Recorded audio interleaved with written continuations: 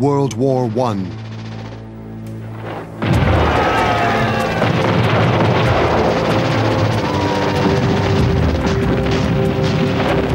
Four years of bitter conflict. Known as the Great War, or the war to end all wars. It's grim trench warfare, with Europe the main theatre of war. But this was a war fought on many fronts. So there's another story, rarely told, of huge importance during the war, and of lasting significance.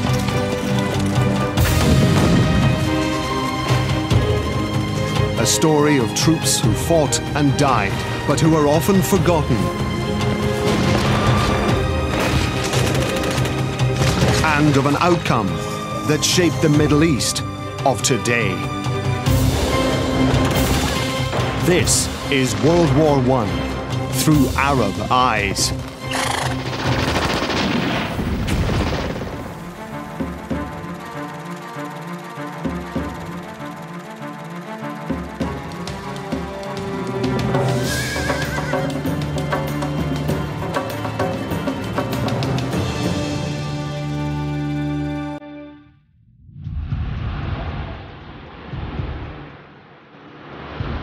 Malik Tariki, the Tunisian writer and broadcaster, is taking us on a personal journey across a dozen countries.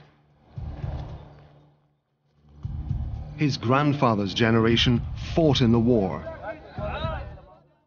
So far, he's explored how thousands of Arabs were conscripted by the British and French colonial powers in North Africa. And how Arabs were forced to fight on both sides for the European allies and the Central Powers, setting Muslim against Muslim.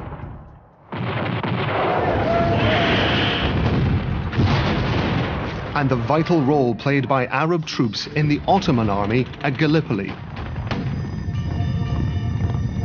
In this episode, he looks at the roots of why the Ottomans joined the war at all. How the European powers viewed the Ottoman Empire as ripe for division and exploitation. And the suffering when the Ottoman government of Young Turks cracked down on the Arab provinces. And the little-known story of a future Zionist leader in the Ottoman world. A Polish Jewish student walked along here in 1911. His name, David Ben-Gurion, who would become the first Prime Minister of Israel.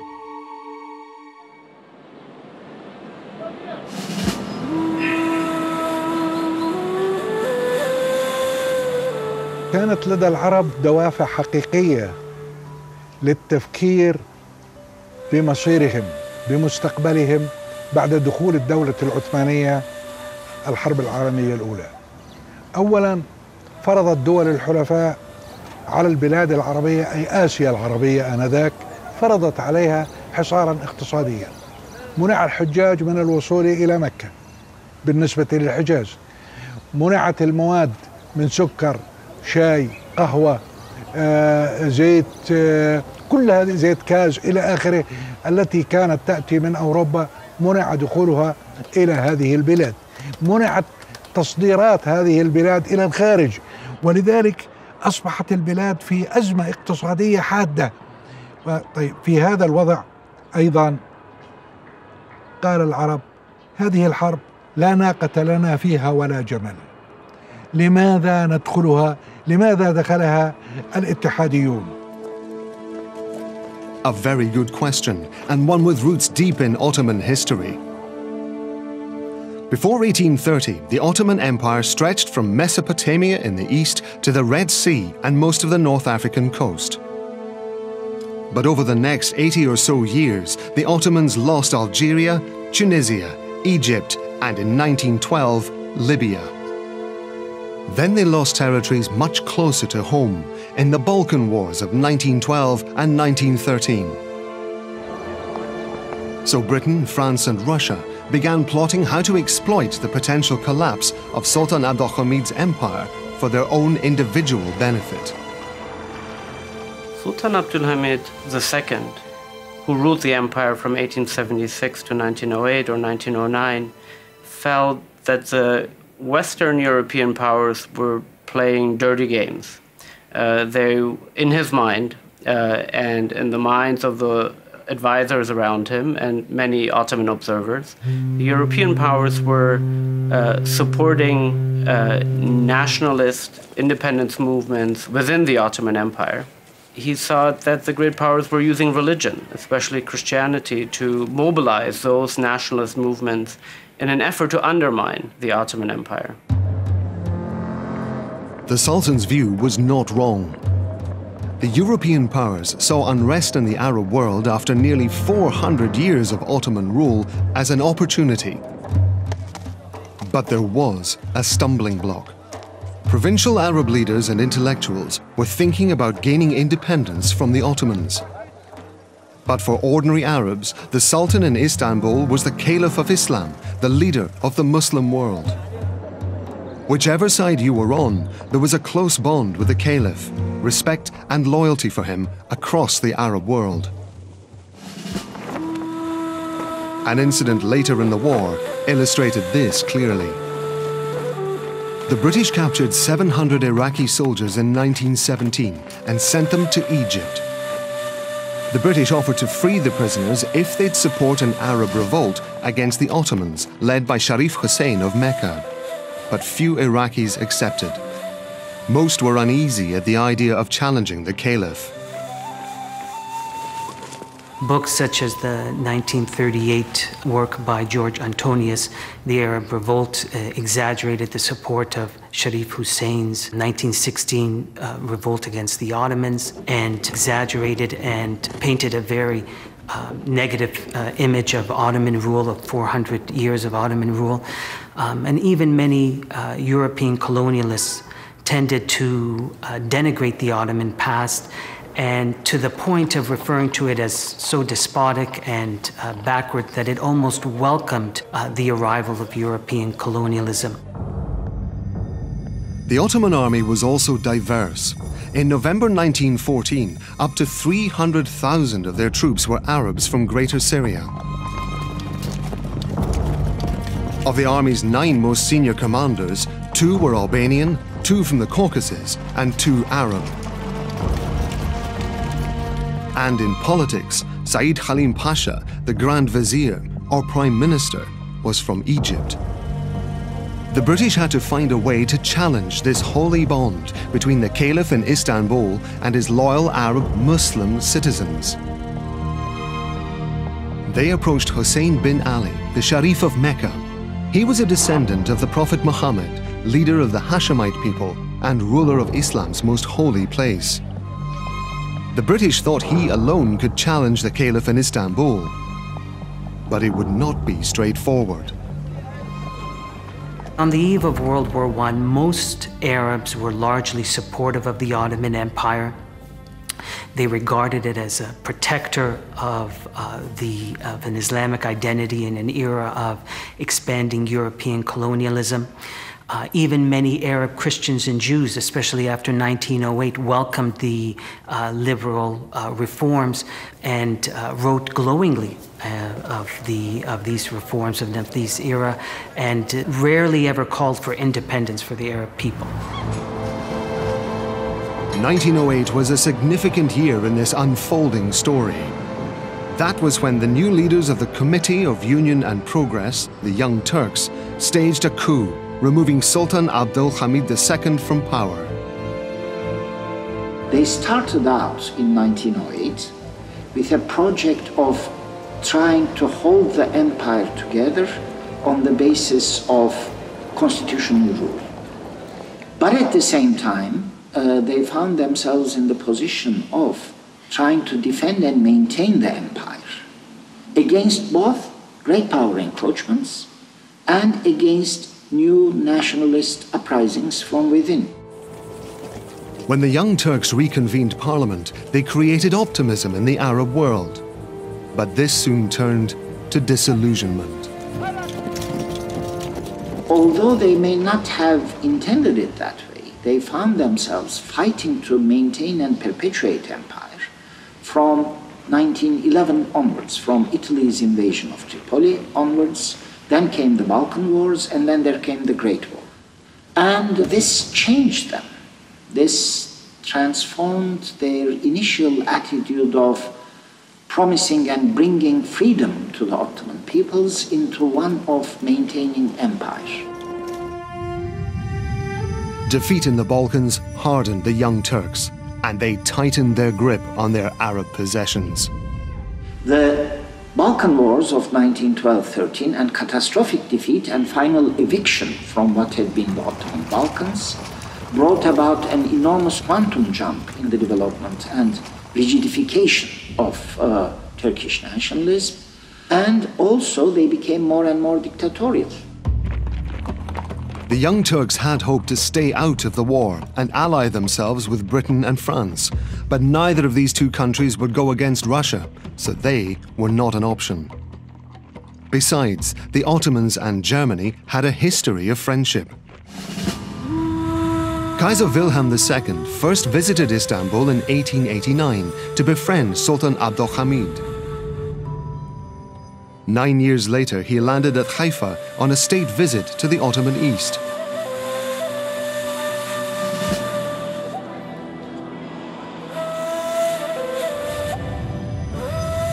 He made a ceremonial entry into Jerusalem.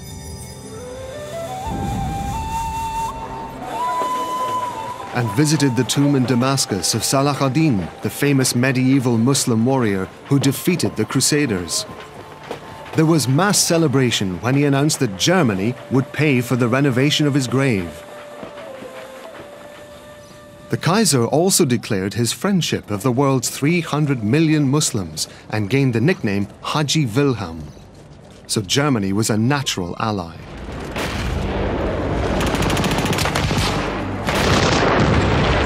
But the Young Turks were also gambling that the European war might be over quickly. At the time, there were theories and perspectives voiced in Europe that, in fact, these civilized European powers would not fight each other for very long, that this was a crisis, but a crisis that might come to an end sooner rather than later. Ottoman leaders hoped that they would be able to save the alliance with Germany, which they had signed for 7 years. Not necessarily protection, but an alliance with Germany that would help the Ottoman state to consolidate its borders, its institutions, and to re-strengthen in this period under which they would have Germany as an ally.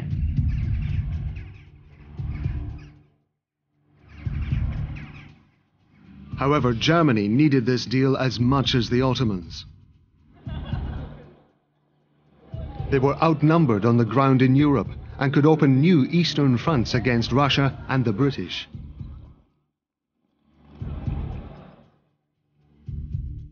The German general Erich Ludendorff wrote that Ottoman entry into the war enabled the Central Powers to soldier on for another 2 years. Otherwise, the war might well have been over by 1916. This is the house in Istanbul of Anwar Pasha. He led the secret negotiations with Germany on behalf of the Young Turk or Unionist government. Here on the night of the 1st of August 1914, he secured his Treaty of Alliance.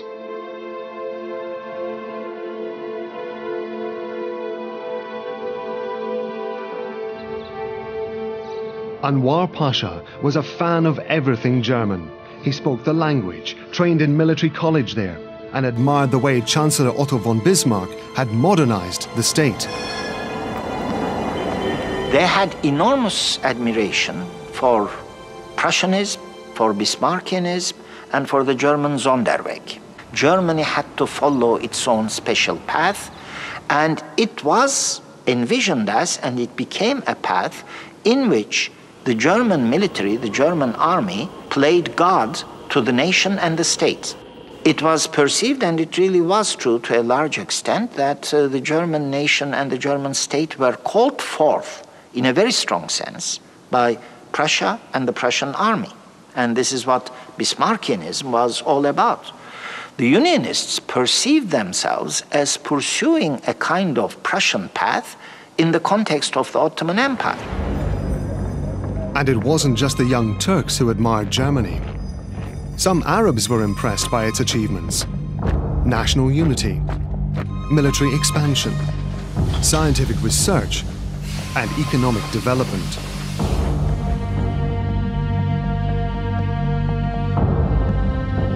The Lebanese writer Suleiman Tharir wrote a poem called A 20th Century War. وللألمان فيها معجزات بمحكم آيها الدنيا تزان لهم فيها كما في العلم نجم له في كل محمدة قران فسلمهم علوم واقتصاد وحربهم فتوح وافتعال.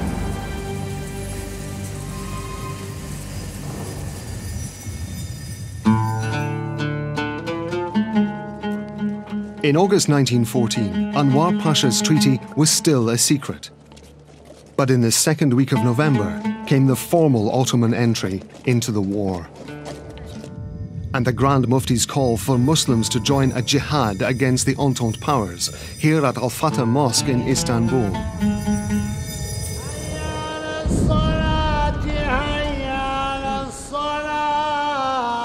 It was a call for a holy war to all Muslims, including Arabs who supported the Caliph.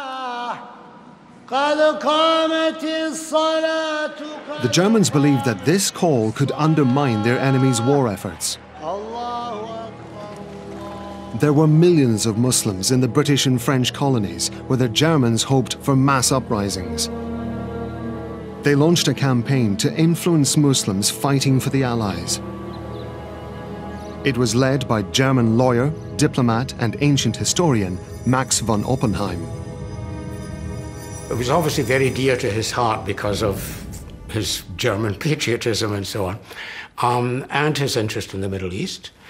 But in a very specific way, by 1899, Oppenheim was known, had a reputation as an experienced and really very well-informed traveler. Oppenheim was an adventurer and archaeologist, but was also involved in planning the route of the Berlin to Baghdad railway.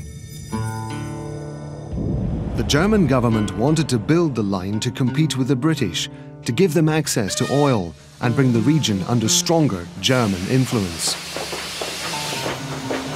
Nothing unusual about the fact that Siemens, who was then the director of the Deutsche Bank, which was largely in charge of the financing of the Berlin to Baghdad railway, should contact him about the extension of the line from Aleppo to Mosul, as far that particular stretch.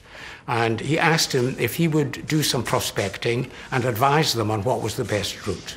And he wrote about all the advantages, the best and most efficient line to follow for the railroad, and all the advantages that would accrue from following this route rather than that route, and so on.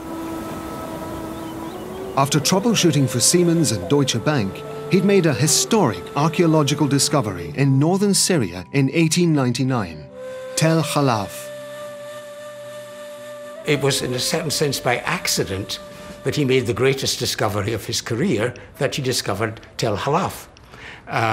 Because really what he was trying to do was do this prospecting on his own, unofficially, for the Berlin to Baghdad railway. And he did write a Bericht, a report, and devoted many more pages of that report to route from Aleppo to Mosul than he did to what he had discovered at Tel Halaf. Oppenheim returned to excavate Tel Halaf in 1911 and discovered a city built in 6000 BC.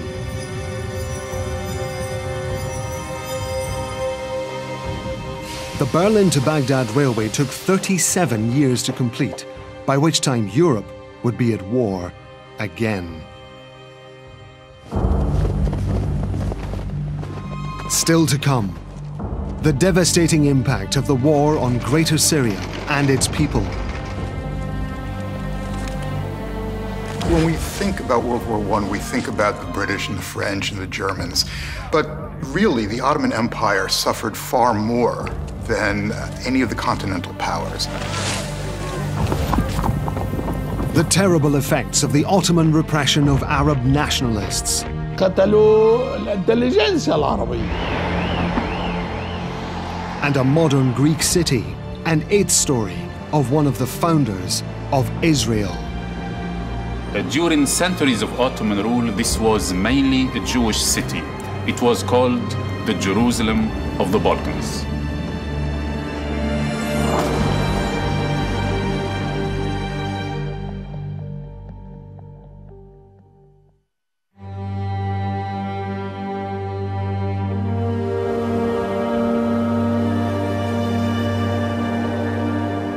Malik Turiki, the Tunisian writer and broadcaster, is looking at the Ottomans' role in the First World War.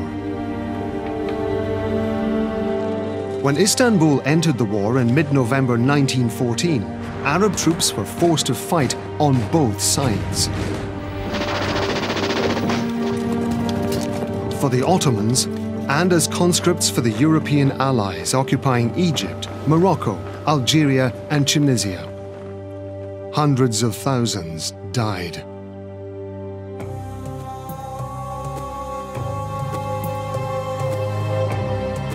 Egypt was still technically part of the Ottoman Empire, but had been under British occupation since 1882.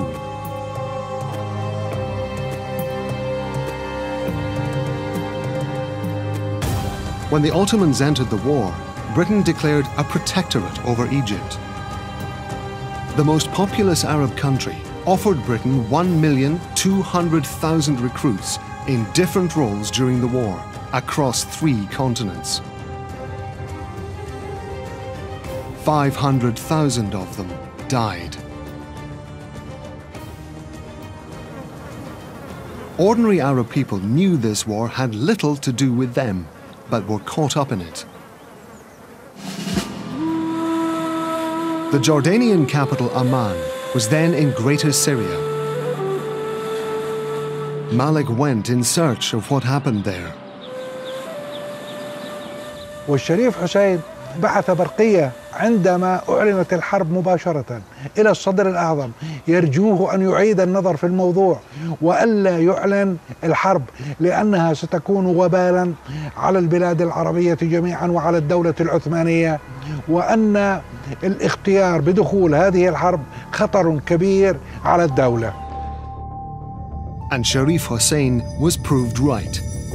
The young Turk government appointed Jamal Pasha as governor of Greater Syria.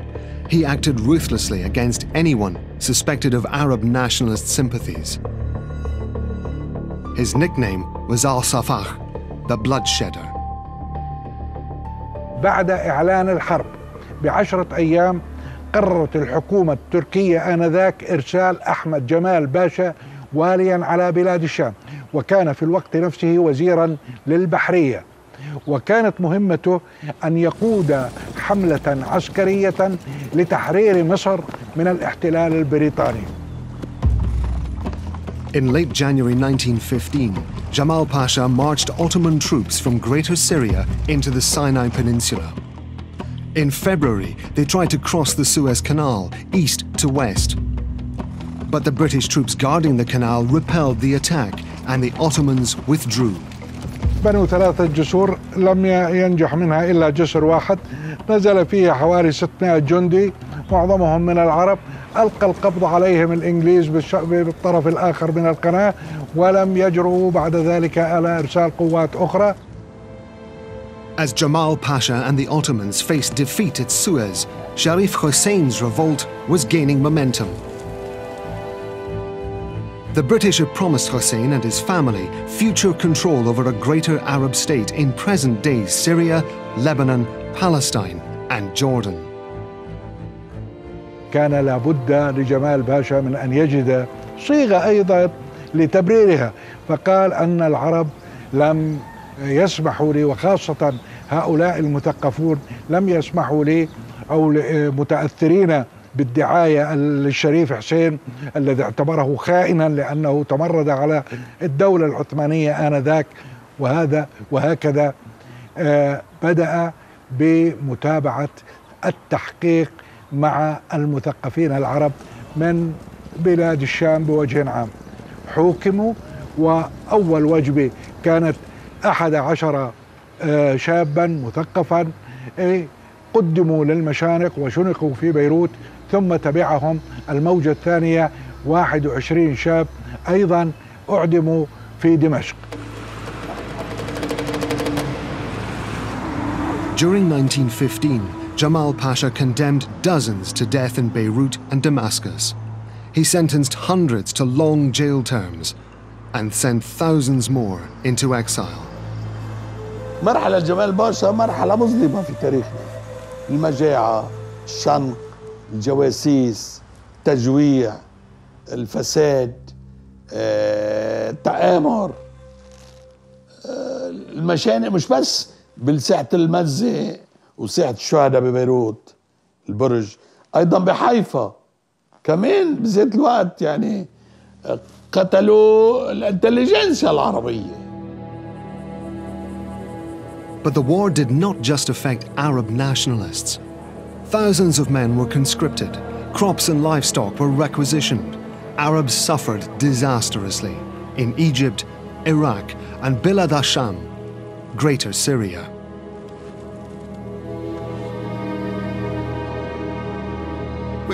When we think about World War I, we think about the Western Front and the trenches and the British and the French and the Germans.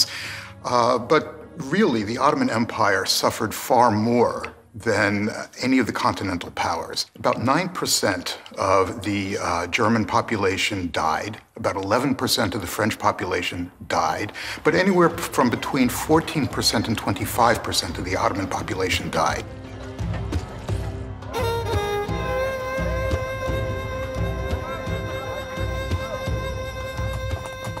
أصلاً بكل لبنان ثلث السكان ماتوا من المجاعة، ثلث السكان ماتوا، وثلث شرحطوا وانتقلوا وتهجروا. يعني أصبح هناك كارثة ديموغرافية على لبنان. يعني قرية في قرى بكاملها، عندي تقارير قرى بكاملها اندثرت. بيتنا انهد بالحرب، ووالدي انتقل إلى بيت آخر في سبب آخر للمجاعة أيضا، إنه المهاجرين كانوا يبعثوا أموال لأهلهم في الجبل. مثل جدي كان يبعث لوالدي خلال الحرب، ما عادت الرسائل توصل. يعني عندك خلل بالإنتاج الزراعي، خلل بالمواصلات، خلل بوسائل النقل، وسائط النقل، خلل باستيراد من مجيء المساعدات من المهاجرين. كيف بده يعيشوا الناس؟ المجاعة هيدا إطارة، والمجاعة خطيرة جدا، نتائجها على الناس. يعني عائلات بأكملها، أولاد، نساء تبيع عفافة بأكل، ناس رهنوا أراضيهم بالحرب مقابل حفنة من الحبوب. عندي قصص إذا بدك أقري لك إياها، يعني لشهود عيان مرعبة بالمجاعة. فهي حفرت في الذاكرة الجماعية للسكان وما فينا نشيلها. Maimouna Al-Amin is Lebanese. She's over 100 years old. The war also left its mark on her. She still remembers how men used to hide or even dress up as women to avoid conscription. But her most painful memory is of the terrible famine. جوع كتير لما اجوا اهل الجبل واهل الضنيه هذه من الجوع، يشيلوا الحلقات من دينيهم يبيعوهن بروحوا تطحين هالقد يجيبوا زعتر برا، يكتوه او يحطوا هالقد طحين يبيعوها، يحملوا الرصوص هيك على الثلج هيك. شفتم بها العين هذا اليوم كله قبلها. But famine was not the only horror the war inflicted on the Arab world. Let's start with Mesopotamia, or Iraq, with the arrival of 600,000 Indian colonial soldiers. So with these soldiers coming in from Bombay, for example, to other port cities, they're all carrying diseases: typhus, cholera, dysentery, something called a wasting fever, which was devastating, could lead to seizures and coma. What a lot of people suffered without ever having gone to the front was contagion. And the casualty rate from epidemic is much higher than the casualty rate for being at the front.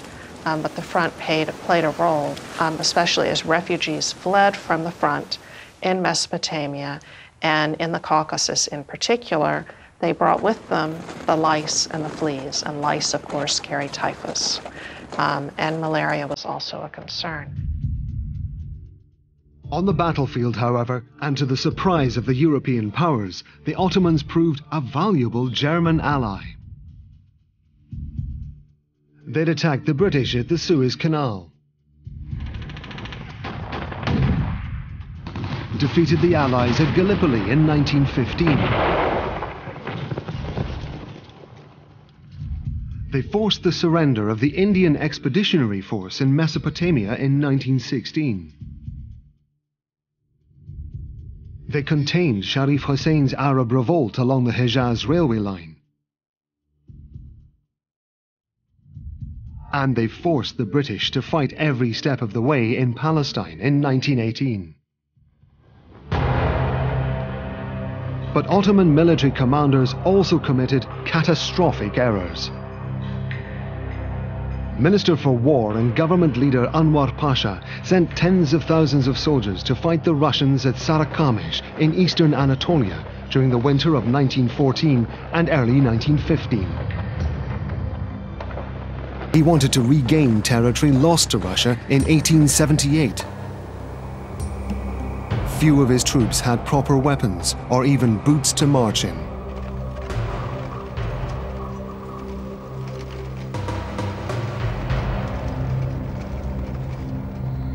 As many as 60,000 Ottoman troops died, of whom 2/3 are likely to have perished from frostbite and typhus rather than fighting the Russians.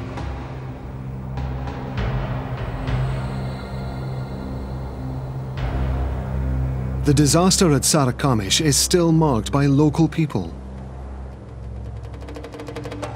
Prayers are said every Friday for the 3rd Ottoman Army. Some of the older members of the community, like this village elder, recall a popular poem from that time.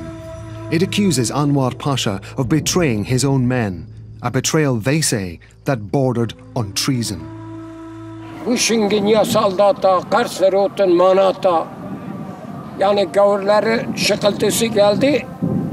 Enver Paşa da manatla Türkiye'yi sattı. Anwar Pasha blamed the defeat on Armenians, who he claimed had sided with the Russians. In April 1915, the government rounded up 250 Armenian intellectuals and community leaders in Istanbul.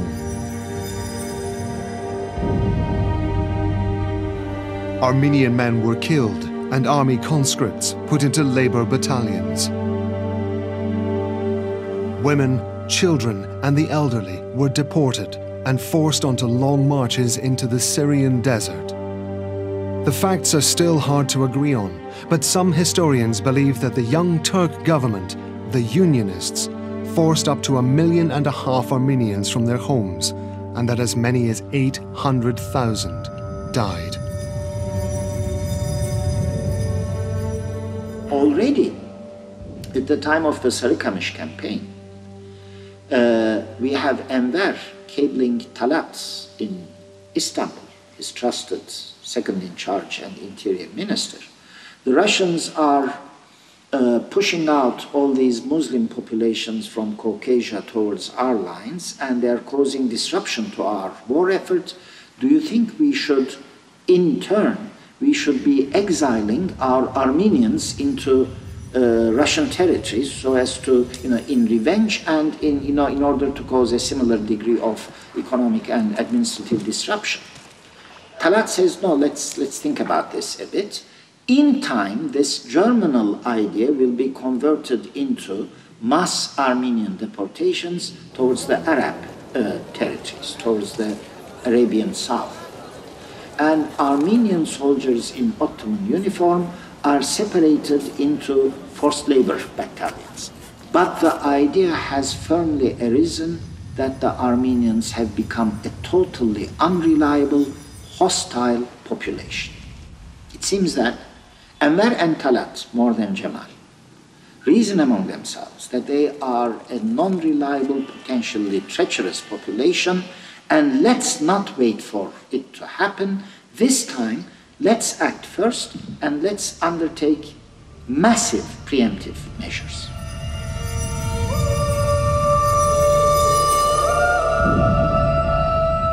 A 100 years on, these events are still a matter of debate.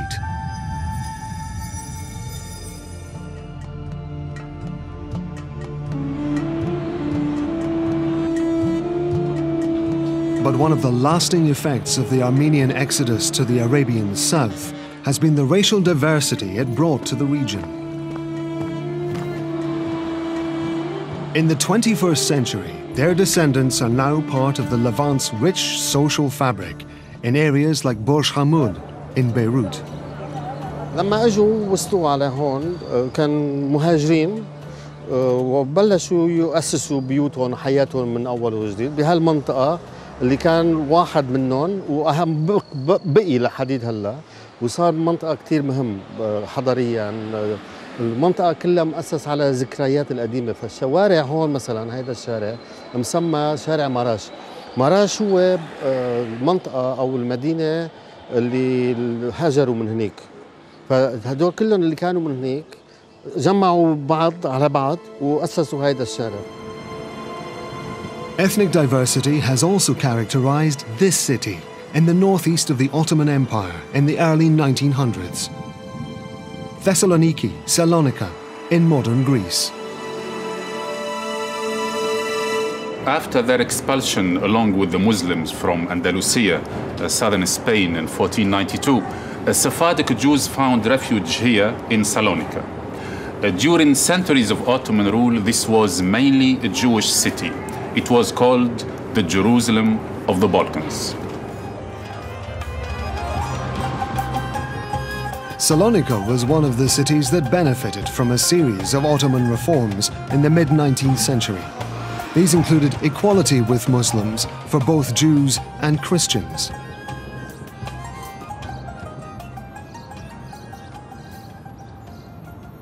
The nationalist leader of modern Turkey, Mustafa Kemal, was born and raised in this house. It's now a Turkish museum.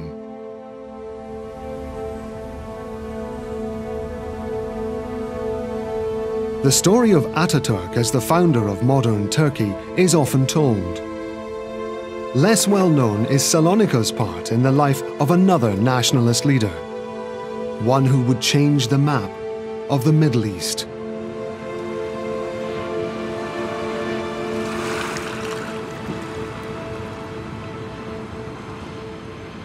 A Polish Jewish student walked along here in 1911. He wore a fez like any other Ottoman citizen. He was here to learn Ottoman Turkish before going on to study law at the University of Istanbul. His name, David Ben Gurion, who would become the first Prime Minister of Israel.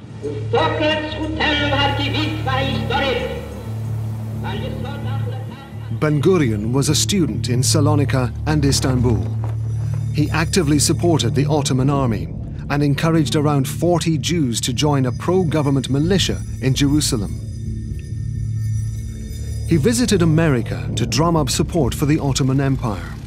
Traveling via Egypt, Ben Gurion toured 35 US cities and hoped to recruit some 10,000 men in support of the Ottoman cause. But he failed, and a major British military advance changed his loyalties. In August 1916, the British went on the offensive against the Ottomans in Suez under General Edmund Allenby. By early 1917, they'd removed the Ottomans from the Sinai Peninsula and continued their march towards Palestine. In December, Allenby entered Jerusalem on foot out of respect for the Holy City. Jamal Pasha, the bloodshedder of Greater Syria, was forced out. Allenby pressed on to take the whole of the Levant and force a complete Ottoman retreat. The signing of the Armistice of Mudros took place on the 30th of October 1918. A month later, the whole war was over. Once Jerusalem fell, David Ben-Gurion joined a Jewish regiment of the British Army in London before returning to Palestine to pursue his political career.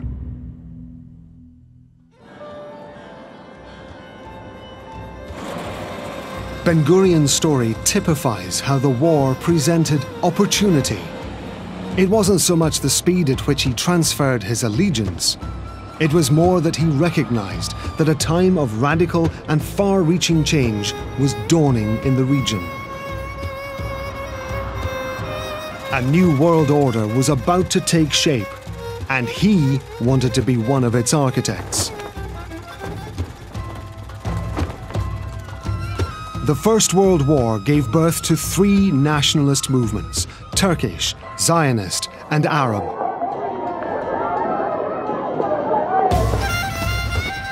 And the relationship between the Turks and Arabs changed forever as 4 centuries of Ottoman rule were ended by 4 years of conflict.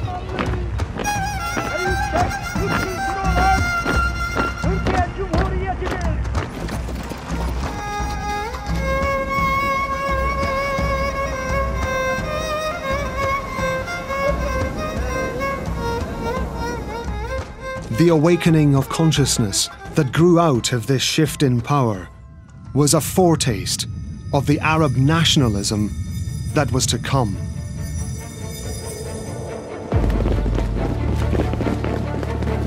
In the next episode,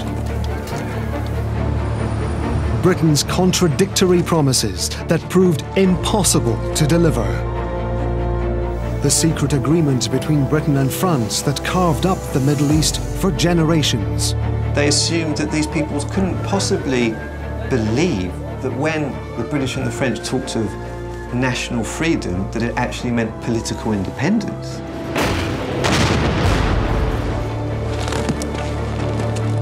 The hopes of that independence that were ignited by the war.